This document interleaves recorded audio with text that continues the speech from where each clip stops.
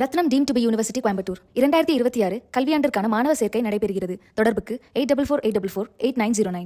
இன்னைக்கு தளபதி முதலமைச்சராகி இன்னையோட சேர்த்து 20 நாள் 25 நாள் ஆக போகுது. சரிங்களா? இந்த 25 நாளில் தளபதி யார் யாருக்கு பதில் சொல்லணுமோ, எதிர்கட்சிக்கும் சரி, இப்போ கேள்வி கேட்குறவங்களுக்கும் சரி, எல்லாத்துக்கும் ஒரே பதிலாக இங்கே சொல்லி முடிச்சாரு. இதை கேட்டு எல்லாருமே தெரிச்சு ஓடி இருப்பாங்கன்னு நினைக்கிறேன். உண்மையாலுமே சொல்றேன், அம்மா ஸ்பீச் வேற லெவல்ல பேசியிருந்தாரு. எங்க பிள்ளைங்க என்ன வார்த்தை சொல்லியிருக்காங்கன்னு மட்டும் கேளுங்க. எப்படிப்பா பேசியிருந்தாங்க? சூப்பரா பேசியிருந்தாரு. உண்மையாலுமே அவ்வளோ ஒரு அருமையா பேசியிருந்தாரு. நல்லா பேசியிருக்காங்க. எங்க அண்ணன் வேற லெவல்ல பேசினாங்க. புரியல? பரவாயில்ல, முதலமைச்சரா இருக்காருல, அதுவே போதும். எங்க அண்ணன் எல்லா தொகுதியிலும் ஜெயிக்கல. 2031 எங்க அண்ணனை எல்லா தொகுதியிலும் ஜெயிக்க வைக்கிறோம். அந்த 5 சீட்டு 10 சீட்டுக்காக அலைய விட்டாங்கல்ல, இனிமே அதெல்லாம் வேலையே கிடையாது. எங்க அண்ணன் எல்லா தொகுதியிலும் ஜெயிச்சு திரும்ப அவர் தான் ஆட்சியை பிடிப்பாரு. அது கொஞ்சம் நல்லாதான் இருந்துச்சு. அந்த மாதிரிதான் பண்றாங்க. உதயநிதி பேசுறாருல சட்டசபையில, கரெக்டா மீம்ஸ் எல்லாம் எடுத்துட்டு எழுதி வச்சுதானே பேசுறாரு. அவரோட அறிவுக்கு அவர் பேச கிடையாது. அவர் அங்க அப்பா ஆட்சியில அவர் என்னத்த பேசினாரு, என்னத்த கிழிச்சாரு, இப்ப பேசுறாரு. எதிர்கட்சி தலைவர்னா உடனே அவர் உட்கார வச்சிருவாங்களா அடுத்த 5 வருஷத்துல? அவர் எதுக்கு பேசணும்? எங்க அண்ணன் பேசுறதுக்கு அவருக்கு எந்த உரிமையும் கிடையாது. சட்டசபையில உட்காந்துட்டு போக சொல்லுங்க. டிஷர்ட்டை போட்டு வராரு. டிஷர்ட்டை போட்டு வர எல்லா காஸ்டியூமையும் பாருங்க, அவர் காஸ்டியூமை பாருங்க. இன்னும் அவங்க அப்பா ஆட்சியில இருக்கிற மாதிரியே நினைச்சிட்டு வராரு போல இருக்கு. அவரு 2 பேத்துக்கு தான் போட்டி. ஒன்னு டிவிக்கு, இன்னொன்னு டிஎம்கே. என்னன்னு அடுத்த சட்டமன்ற தொகுதியில எதிர்கட்சி இல்லாத நம்ம ஆட்சி அமைக்கிறோம். அடுத்து திருச்சி கிழக்கு இடைத்தேர்தல்ல அடிக்கிறோம். ஓகேவா? அபார வெற்றி நம்ம தான். வேற ஆட்சியே இங்க கிடையாது. தளபதியோட ஸ்பீச் மாசு தான்.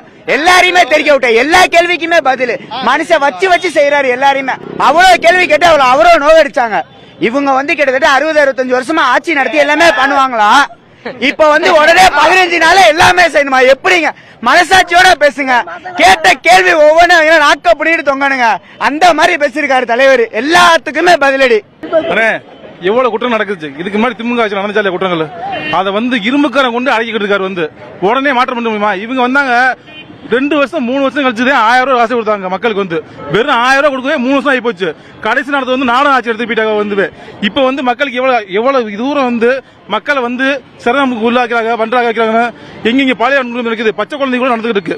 எவ்வளவு துரிதமா ஆக்ஷன் எடுக்கிறாரு, எவ்வளவு வேகமா பண்றாரு மட்டும் பாத்துங்க. நீங்க மக்களாட்சியில மக்களாட்சி மட்டும்தான் இங்க நடக்கிறது. மக்களாட்சி, மன்னராட்சிக்கு இனிமேல் இங்க ஆட்சி வேலையே கிடையாது. ஜாதி மதம் இதை ஒன்னானே. எவ்வளவு 5000 ஓட்டு 10,000 ஓட்டு சொல்றாங்க. இப்ப கொடுக்க முடியுமா? பாக்குறாங்களா? அது சரித்திரத்துல 70 ஆண்டு வயசுல வளரல யாராச்சும் ஒரு ஆளு காசுக்கு ஓட்டு போடாம இது வரைக்கும் கொடுத்தாங்களா? ஓட்டு போட்டாங்களா? காசு வாங்காம ஓட்டு போட்டாங்களா? எல்லா மக்களுமே வாங்கினாங்க. எல்லாருமே ஓட்டு போட்டாங்க. அந்த சரித்திரத்தை உடைச்சதே எங்க தளபதி மட்டும்தான், வேற யாருமே கிடையாது. இன்னும் 100 ஆண்டுகள் இல்ல, இன்னும் 5000 ஆண்டுகள் வந்தா கூட சரித்திரத்தை இடம் பிடிப்பாரு இடம் பிடிப்பாரு. இனி வருங்கால நிரந்தர முதல்வர். அந்த நாங்க பண்றோம், நல்லது பண்ணுவோம். நாங்க நல்லது பண்ற பார்த்து மக்கள் கண்டிப்பா எங்க பக்கம் மாறுவாங்க. இனி 234 தொகுதியிலேயே நாங்க மட்டும்தான். பாதி ஒன்சா மூடாம இருக்காங்க. அது மூடிட்டாங்க எங்க தளபதி. அடுத்த நான் தளபதி வாழைத்தார பாத்தீங்களா? இந்த வாழைத்தார பாத்தீங்களா? ஒரு வாழைத்தார அழைச்சி இருக்காங்களா? டிஎம்கே இதே மீட்டிங் எல்லாம் எப்படி எடுத்துப்பாங்க?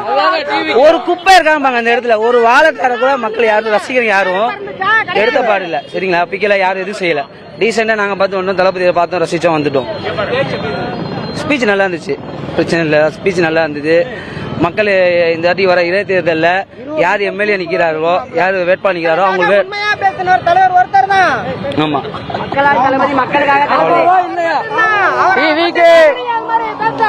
மாண்புமிகு தமிழகத்துடைய முதலமைச்சர், வெற்றி தலைவர், தமிழக வெற்றி கழகத்துடைய தலைவர் மாண்புமிகு முதலமைச்சருடைய பேச்சு என்பது இன்றைக்கு மிகப்பெரிய அரசியல் எதிரிகளுக்கு சிம்ம சொப்பனமாக அமைந்தது.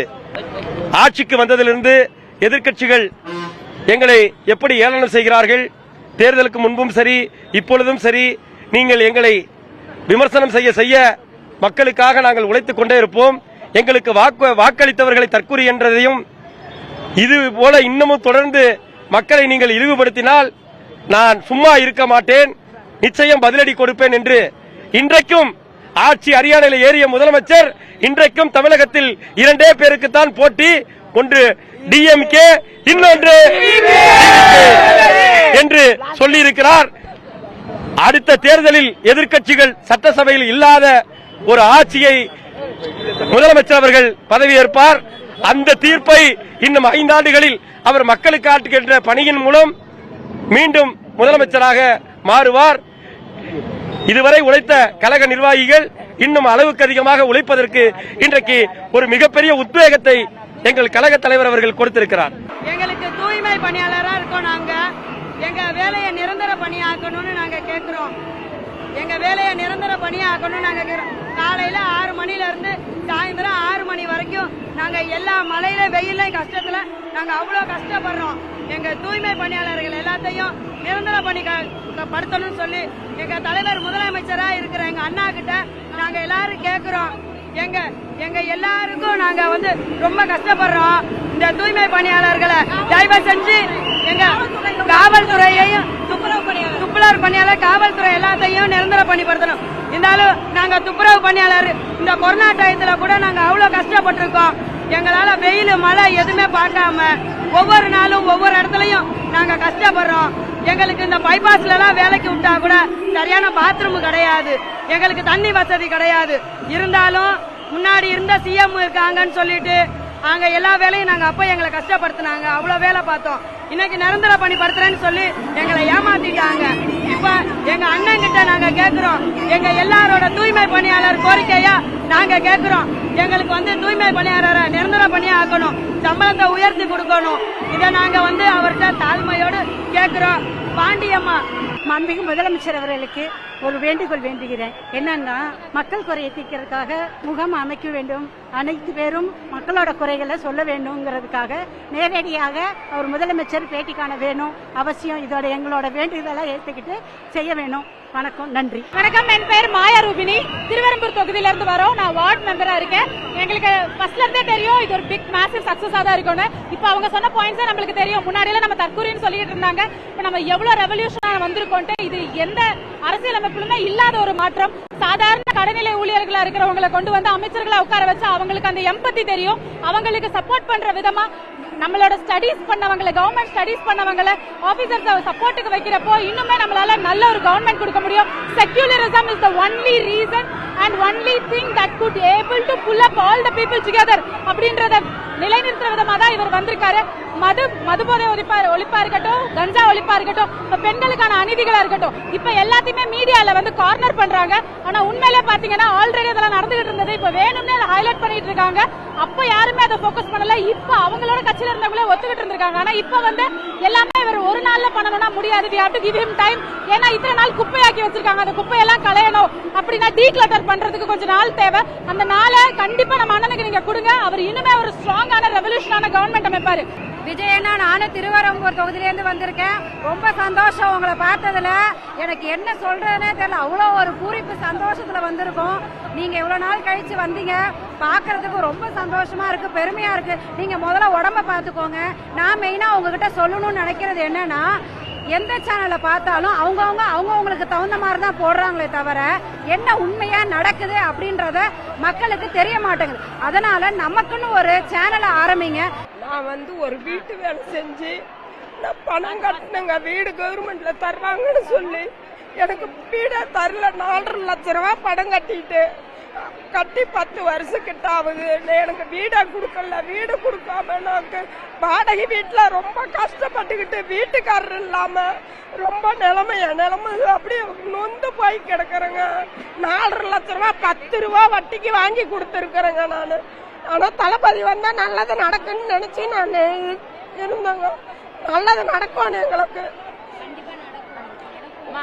20 நாள் தான் ஆச்சு. அதுக்குள்ளார எல்லாம் முடியும்னா எப்படிமா செய்வாருமா? ஒண்ணா செய்வாருமா? அவரு நம்பிக்கையோட இருங்க. அதனாலதான் ஓட்டு போட்டு நம்பிக்கையோ அவர் மேல நம்பிக்கை வச்சுதான் அவருக்கு ஓட்டு போட்டோம். அவர் இதுலயும் நாங்க இருக்காங்க. இனி வர 50 ஆண்டு காலத்துக்கு தமிழகத்துக்கு நிரந்தர முதல்வர் தளபதி விஜய் அண்ணன் அவர்கள் தான். அவர் அரசியலுக்கு வரும்போது அவர் ஒன்றுமே தெரியாது, எல்லாமே தெரியாதுன்னாங்க. இப்போ அவர் ஊழலை முதல்ட்டு குறிக்கோளாக அதை தான் பார்க்குறாரு. அடுத்தது போதைப் பொருள் எதுவுமே இருக்கக்கூடாது தமிழகத்தில் அப்படின்ட்டு மக்கள் சின்னவங்க எல்லாருமே நல்லா இருக்கணும் அப்படின்னு ஆசைப்பட்டு முதல்வராக பயன்படுறாரு. இதுக்கு அடுத்தது வந்து என்ன பண்ணுவாருன்னு கேட்டிங்கன்னா, எல்லாருக்கும் அவர் சொன்னது எல்லாமே நிறைவேற்றுவார் முதல்வராக. அதனால தமிழக மக்கள் யாரும் பயப்பட தேவையில்லை. அதுக்கு அடுத்தது டெண்டர் ஊழல் பண்ணியிருக்காங்க தமிழகத்தில். நகராட்சி நிர்வாகத்திலேருந்து ஆணையர் அம்மாவெல்லாம் தமிழகத்தில் பொதுவாக ஆணையர் அம்மா எல்லாரையும் கூட வச்சுக்கிட்டு டெண்டர் ஊழல் முறைகேடு பண்ணிக்கிறாங்க. அதாவது எப்படி சொல்கிறதுனா, ஒரு பேரூராட்சியிலேருந்து நகராட்சியிலேருந்து ஒரு மாநகராட்சியிலேருந்து எல்லாமே இது நடக்குது. இது எல்லாத்துக்கும் ஒரு தடை செய்யணும் தளபதி. ஊழல் முறைகேடு வழக்கு போட்டு இதுக்கு முன்னாடி இருந்த எல்லாரையும் கேட்டு எல்லாத்தையும் வாங்கி கொடுக்கணும் அரசாங்கத்துக்கு. நாங்கள் திருச்சியிலேருந்து தான் வரோம். தளபதி பேசினது கரெக்டாக தான் இருந்துச்சு. அவர் நல்லா தான் பேசியிருக்காரு. ஆனால் அவர் ஜெயிச்சது இன்னும் நிறைய பேருக்கு பொறுக்கலை. எதுவுமே அவங்களால தாங்கிக்கவே முடியல. அவர் சொன்னது எல்லாத்தையும் உடனே நிறைவேற்றணும் அப்படின்னு அவங்க வந்து இது பண்ணுறாங்க. ஆனால் அவர் வந்து செஞ்சாலும் சூப்பராக செய்வார். அவங்க யாருமே வந்து கொடுத்த அறிக்கையை வந்து ஒழுங்காக செய்யலை. இவர் வந்த உடனே ஒன்றுனா டக்கு டக்குன்னு பண்ணுறாரு. அது நல்ல விஷயம்தான். பெண்களுக்காக நிறைய நல்ல விஷயம் பண்ணுறதுக்காக முன்னாடி வராரு. அவருக்கு எல்லாரும் சப்போர்ட் பண்ணணும். தொடர்ந்து நாங்கள் சப்போர்ட் பண்ணிக்கிட்டே தான் இருப்போம் அவருக்கு. Rathnam deemed to be university Coimbatore 2026 கல்வியாண்டிற்கான மாணவர் சேர்க்கை நடைபெறுகிறது. தொடர்புக்கு 8448448909.